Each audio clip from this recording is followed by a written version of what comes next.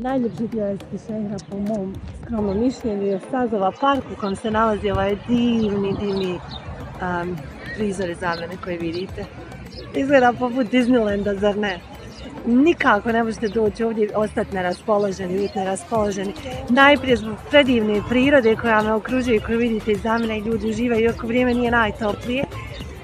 A onda zbog mnogih zanimljivosti ovdje kojima se možete zabaviti vi i djeca i u kojima možete uživati. A evo sad je vrijeme da vidimo kako ovaj dvorac Kula izgleda.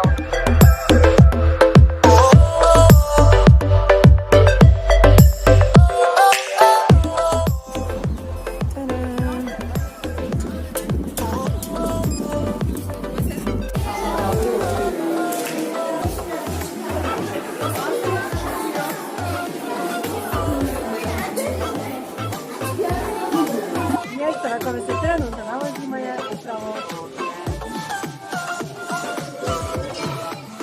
I naravno uvijek u svemu tome mora da bude creepy clown.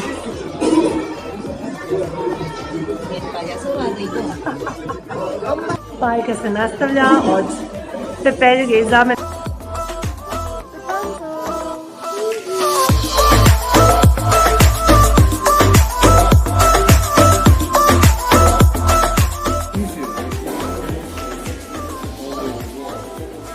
Vidite kako je u stvari nastao ovaj dvorac.